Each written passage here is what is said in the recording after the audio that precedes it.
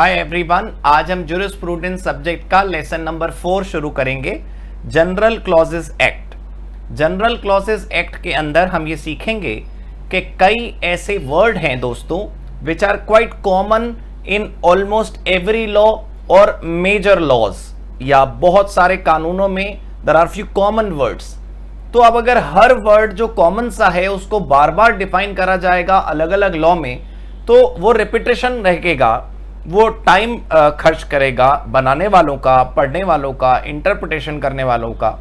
एक ही वर्ड अगर एक जैसा यूज होना है कई जगह, तो उसको कंसोलिडेट करके एक जगह भी हम रख सकते हैं। यूं समझ लीजिए कि ग्लोसरी हो गई, यूं समझ लीजिए कि एक डिक्शनरी हो गई जनरल क्लॉजेस एक्ट। इसके अंदर कई सारे वर्ड्स और फ्रेजेस का क्लियर मीनिंग बताया गया है जिनका इस्तेमाल जगह जगह हो सकता है। आज के रिवीजन में we will not explain all the terms used in general clauses act because there are various terms which are defined like this means this. जैसे आपने सुना होगा शेयर की डेफिनेशन, शेयर मींस शेयर। तो all that type of definition I have not included in today's revision. Today we'll discuss the terms which are defined and which are very important for other laws as well. दूसरा, कुछ principles, कुछ rules interpretation के इस chapter में हैं, कुछ clarifications इस chapter में हैं। आइए उन सबको शुरू करते हैं। जनरल क्लॉजेस एक्ट आपके सामने स्क्रीन पर है। देखिए, पर्पस मैंने आपको अभी बताया, to shorten language of statutory enactment. Language को शॉर्टन करने का मतलब है कि जितना वो जो कॉमन वर्ड्स बार बार लिखे जाएंगे उतना बड़ा लिटरेचर क्रिएट हो जाएगा और उसकी कोई जरूरत नहीं है। To provide uniformity of expression. जगह जगह जब एक जैसी बात है तो यूनिफॉर्मिटी रहेगी एक्सप्रेशंस में। Giving definitions of series of term, that's what I am saying. This law contains lot many terms which may be used in other laws as well. तो प्लीज याद रखिएगा मैंने क्या बताया। फॉर एग्जाम्पल, एक word है month, एक word है ईयर। तो मंथ, ईयर ये कॉमन वर्ड्स हैं, ये अलग अलग कानूनों में यूज होंगे ही होंगे। तो कौन बार बार डिफाइन करता रहेगा ईयर का मतलब क्या है, मंथ का मतलब क्या है? ठीक है ना। To state common rules of construction, ये तीन उद्देश्य हमारे इस जनरल क्लॉजेस एक्ट के हैं। किस किस के ऊपर अप्लाई होता है इस लॉ की एप्लीकेशन, इस लॉ की एप्लीकेबिलिटी कहां है? We are not discussing area wise, we are discussing law wise. जितने भी कानून हिंदुस्तान में बन रहे हैं हर कानून पर यह जनरल क्लॉज एक्ट लगता है। Acts of Indian parliament, acts of dominion legislature passed between 15 August 1947 and 26 January 1950। I am sorry, यहां पर इसका मतलब यह है कि आजादी से लेकर कॉन्स्टिट्यूशन अप्लीकेबल होने तक जो कानून बने उन पर भी अप्लाई होता है। कॉन्स्टिट्यूशन बनने से पहले जो कानून बने उन पर भी अप्लाई होता है और अब तो अप्लाई होता है। ये जो फर्स्ट पॉइंट आपने देखा।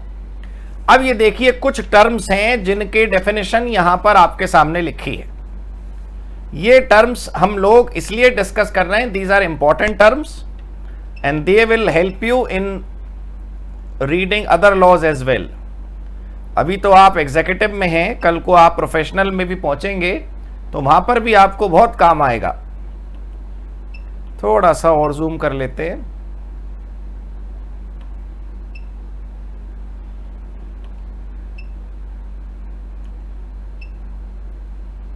Please be online for a second. हाँ जी, पहली डेफिनेशन है एक्ट की। एक्ट किसे कहते हैं? ये एक्ट मतलब कानून वाला नहीं है, एक्ट मतलब है activity. With reference to an offence और civil wrong shall include a series of acts extend also to illegal omission। illegal omission का मतलब है कुछ चीज आप नहीं भूल सकते थे, आपको करनी थी लेकिन आप भूल गए। कोई चीज आपको करनी चाहिए थी, तो एक्ट में टू डू और नॉट टू डू दोनों कवर होते। एफिडेविट किसे कहते हैं? जैसे कचहरी में आप डिक्लेरेशन देते हैं बोलकर, जज के सामने आप गवाही देते हैं बोलकर। बस यूं समझ लीजिए कि वो गवाही लिखकर आप देंगे तो वो शपथ पत्र एफिडेविट हो जाएगा, इकरारनामा। Affirmation and declaration. अफर्मेशन मतलब एक्सेप्टेंस, आप खुद एक्सेप्ट करते हैं, आप डिक्लेयर करते हैं। Must be sworn before judicial officer. ये याद रखिएगा कि सिर्फ आप नोटरी ऑफिसर से साइन करा लेंगे तो वो एफिडेविट नहीं बनेगा। जो भी एफिडेविट में लिखा है उसको जुडिशियल ऑफिसर के सामने आप पढ़कर सुनाएंगे और आप कसम खाएंगे। बैरिस्टर किसे कहते हैं? इंग्लैंड के वकील को बैरिस्टर कहते हैं। Barrister of England, Ireland, member of faculty of advocate in Scotland, इन 3 लोगों को बैरिस्टर कहते हैं। किसी और को बैरिस्टर मत कहिएगा। फादर की डेफिनेशन सुनकर आपको अजीब लगेगा कि साहब वो यहां क्यों ले आए आप। फादर इंक्लूड्स अडॉप्टिव फादर, मतलब जो बायोलॉजिकल फादर है वो तो फादर है ही। जिस पिता ने बच्चे बच्ची को गोद लिया है वो पिता भी पिता ही है। गुड फेथ का मतलब होता है ऑनेस्टली। कोई भी काम अगर ऑनेस्टली किया जाएगा तो हम मानेंगे कि ये गुड फेथ में हुआ है, जेन्युइन हुआ है। क्लियर हो गई बात? अगला है दोस्तों, गवर्नमेंट किसे कहते हैं? अब जैसे गवर्नमेंट शब्द के मतलब में आप देखो, it's very serious. Central and state government are included, but local authority is not included in the definition of government. तो अगर आप कोई भी लॉ पढ़ो जिसमें गवर्नमेंट शब्द हो और उसमें ये सेंट्रल गवर्नमेंट और स्टेट गवर्नमेंट ना लिखा हो, तो भी आप मानो कि सरकार मतलब केंद्र सरकार प्लस राज्य सरकार। मंथ अगर केवल लिखा है तो मंथ मतलब ब्रिटिश कैलेंडर। हिंदू कैलेंडर या मुस्लिम कैलेंडर वाला मंथ कभी नहीं कानून में माना जाएगा जब तक अलग से स्पेसिफाई ना हो। साइन का मतलब दोनों चीजें होती हैं। साइन मतलब signature for person who is literate, जो साक्षर है, जो पढ़ सकता है, और जो नहीं पढ़ सकता उसके लिए निशान भी एक साइन ही है। सन इंक्लूड्स अडॉप्टेड सन, भाई जैसे फादर आपने पढ़ा वैसे ही सन हो गया। वहां भी अडॉप्शन अलाउड है, यहां भी अडॉप्शन अलाउड है। वसीयत किसे कहते हैं? विल किसे कहते हैं? Post humus disposition of property done voluntary in writing. सबसे पहली बात तो ये राइटिंग में होगी। आप इंफॉर्मेशन टेक्नोलॉजी एक्ट पढ़ेंगे तो आपको पता चलेगा वसीयत ऑनलाइन नहीं हो सकती। आज के जमाने में भी 21वीं सदी में भी वसीयत ऑनलाइन नहीं हो सकती। पोस्ट ह्यूमस, मरने के बाद प्रॉपर्टी कैसे किसको दी जाएगी ये वॉलंटरी आप लिखकर दे दीजिए, तो ये वसीयत है।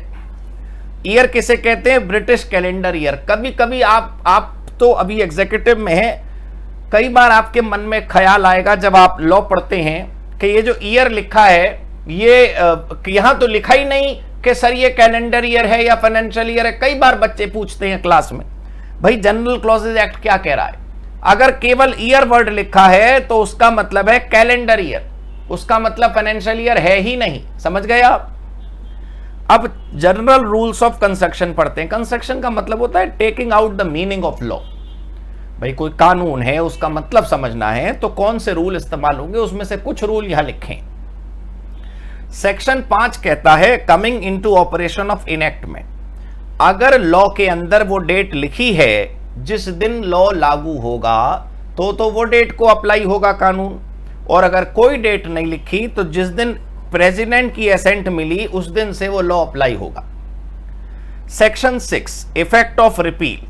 अगर आज कोई कानून कैंसिल करा गया तो वो हमेशा प्रोस्पेक्टिवली कैंसिल होगा। मतलब आज अगर कोई कानून खत्म कर दिया गया तो उस कानून में अगर कोई पुराना केस चल रहा है तो वो चलता रहेगा।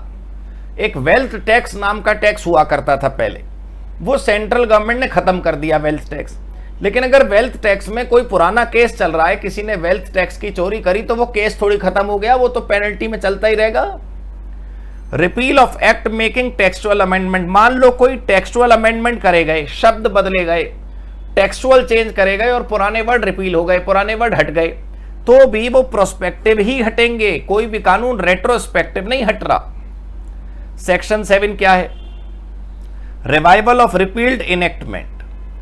कभी भी अगर आप रिवाइवल करेंगे, कोई पुराना कानून हट चुका, रिपील हो चुका, अब आप उसे दोबारा जिंदा कर रहे हो, तो मतलब पार्लियामेंट का सोचिए टाइम कितना खराब हो रहा है। पहले बना बनाया कानून मिटाया, फिर मिटाया कानून दोबारा जिंदा करोगे, तो आपको एक्सप्रेशन ऑफ इंटेंशन पार्लियामेंट को बतानी पड़ेगी। सरकार को बिल के अंदर भी लिखना पड़ेगा, कानून के अंदर लिखना पड़ेगा कि इसका रिवाइवल क्यों हो रहा है। अब देखो section 8 construction of references to repealed enactment का मतलब है जब भी कोई नया कानून बनाया जाएगा पुराने कानून में अमेंडमेंट करने के लिए, तो वो दोनों आपस में लिंक्ड माने जाएंगे। जैसे हर साल आपको बताऊं फाइनेंस बिल आता है, फाइनेंस बिल बजट बनाने के लिए, तो जो ओरिजिनल फाइनेंस एक्ट है उसमें चेंजेस करते करते करते करते हर साल नया एक्ट आ जाता है for making the amendments. Commencement of and termination of time. अच्छा, फ्रॉम ये तो यहां लिखा नहीं है, आप लिख लीजिए। अगर किसी सेक्शन में फ्रॉम वर्ड यूज है तो वो डेट एक्सक्लूड करी जाती है, और अगर टू शब्द है तो वो डेट इंक्लूड करी जाएगी। कोई पीरियड ऑफ टाइम स्पेसिफाइड है लॉ में कि भाई ये काम from this date to this date करना है, तो फ्रॉम जनरली इंक्लूड होता है, लेकिन फ्रॉम लिखा है तो एक्सक्लूड होगा और टू लिखा है तो इंक्लूड होगा। सेक्शन 10 कंप्यूटेशन ऑफ टाइम का मतलब है, मान लो कोई ड्यू डेट है लॉ के मुताबिक, लॉ के अंदर कोई ड्यू डेट लिखी है और उस पर्टिकुलर ड्यू डेट पर अदालत की छुट्टी है, जो अदालत में हमें काम करना है उस दिन अदालत की छुट्टी हो गई, तो कोर्ट हॉलिडे के अगले दिन वो काम होगा।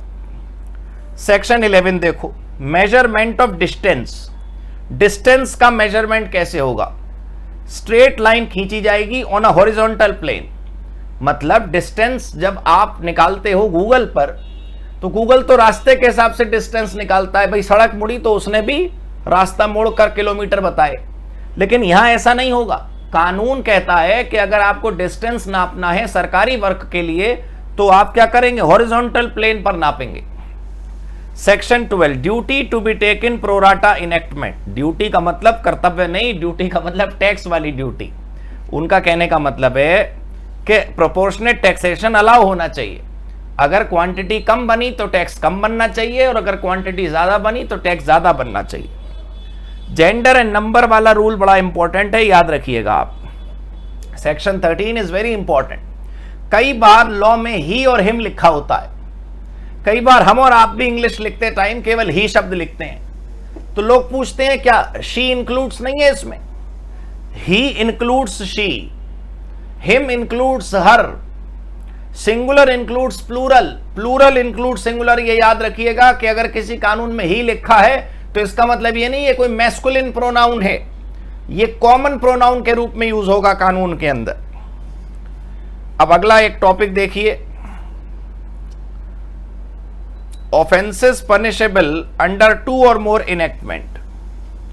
कोई ऑफेंस ऐसा है जिसकी पनिशमेंट 2 या 2 से ज्यादा कानूनों के अंदर लिखी है, तो क्या दोनों में लिखी हुई पनिशमेंट अप्लाई हो सकती है? हां, एक बार सजा सुनाते समय अदालत ये कर सकती है कि इस एक्ट में जो पेनल्टी लिखी है वो भी इसके ऊपर लगा दे, और दूसरे कानून में जो पेनल्टी लिखी है वो भी उसके ऊपर लगा दे। ये डुअल पनिशमेंट नहीं हुई, एक ही समय पनिशमेंट लग रही है, अमाउंट दोनों से जोड़ के अलग अलग कर दिया गया। लेकिन एक बार एक अपराध के लिए सजा मिल चुकी, फिर दोबारा उसी अपराध के लिए फिर सजा हो, यह नहीं हो सकता। देखो, twice punishment not allowed for same offence, लेकिन punishment under 2 act is not twice punishment. दो अलग अलग कानूनों में जो अलग अलग अमाउंट लिखा है वो दोनों लगा दिए जज ने पेनल्टी के रूप में, वो कोई प्रॉब्लम नहीं है। सर्विंग बाय पोस्ट क्या होता है? Serving by post, serving by post का मतलब होता है डिस्पैच, डिलीवरी नहीं। अगर आपने चिट्ठी सही तरीके से एड्रेस करी, चिट्ठी पर पता सही लिखा, टिकट सही लगाई, स्टैम्प सही लगाई, पोस्ट ऑफिस में सही तरीके से आपने हैंडओवर कर दी, तो मतलब आपने डिस्पैच ठीक करा, आपकी ड्यूटी ओवर हो गई। कई जगह सर्विंग बाय पोस्ट वर्ड है अलग अलग कानूनों में। चिट्ठी कब माना जाएगा कि पहुंच गई, कब माना जाएगा कि सेंडर की रिस्पॉन्सिबिलिटी पूरी हो गई? दोस्तों, डिस्पैच पर हमारी ड्यूटी पूरी हो गई। Proper dispatch is sufficient, delivery shall be assumed, हम मान लेंगे कि डिलीवरी हो गई। अच्छा, रिकवरी ऑफ फाइन बड़ा वाला टॉपिक भी बहुत इंपॉर्टेंट है। ये क्या कहता है? अलग अलग कानूनों में अलग अलग सेक्शंस में अगर कोई फाइन लगाया गया है, और मान लो जिसके ऊपर फाइन लगाया गया अलग अलग लॉज में, वो फाइन जिसके ऊपर लगाया गया वो डिफॉल्टर पे नहीं कर रहा, तो उसको रिकवर कैसे करा जाएगा? इसका प्रोसेस हर कानून में लिखने की जरूरत नहीं है। जो प्रोसेस क्रिमिनल प्रोसीजर कोड में लिखा है, जो प्रोसीजर इंडियन पीनल कोड में लिखा है, वही प्रोसीजर हर कानून के अंदर माना जाएगा। आप समझे कितना बढ़िया प्रोविजन है। रिकवरी ऑफ फाइन, जैसे बोनस देना चाहिए वर्कर को, एम्प्लॉयर ने नहीं दिया, है ना, जैसे पेमेंट करनी चाहिए क्रेडिटर की, हमने नहीं करी, तो अलग अलग कानूनों में अलग अलग फाइन हम लगे हुए हैं। लेकिन वो लोग ना दें तो अलग अलग कानूनों में अलग अलग प्रोसीजर रिकवरी के नहीं होंगे। जो प्रोसीजर कहां लिखा है सीआरपीसी में और आईपीसी में, वही प्रोसीजर मान लिया जाएगा रिकवरी का। तो जनरल क्लॉजेस का फायदा क्या है, इस चैप्टर का फायदा क्या है बताइए? कि कुछ शब्द, कुछ रूल, कुछ क्लैरिफिकेशन, कुछ इंटरप्रिटेशन, कुछ बातें ऐसी क्लियर हो गई कि बस वो सब जगह अप्लाई होंगी, बार बार रिपीट करने की जरूरत नहीं है ना दोस्तों। Thank you so much guys, ये चैप्टर पूरा हो गया। अब जनरल क्लॉजेज एक्ट के बाद अगली क्लास में एक और चैप्टर रिवाइज करेंगे। Thank you so much, God bless you, good bye.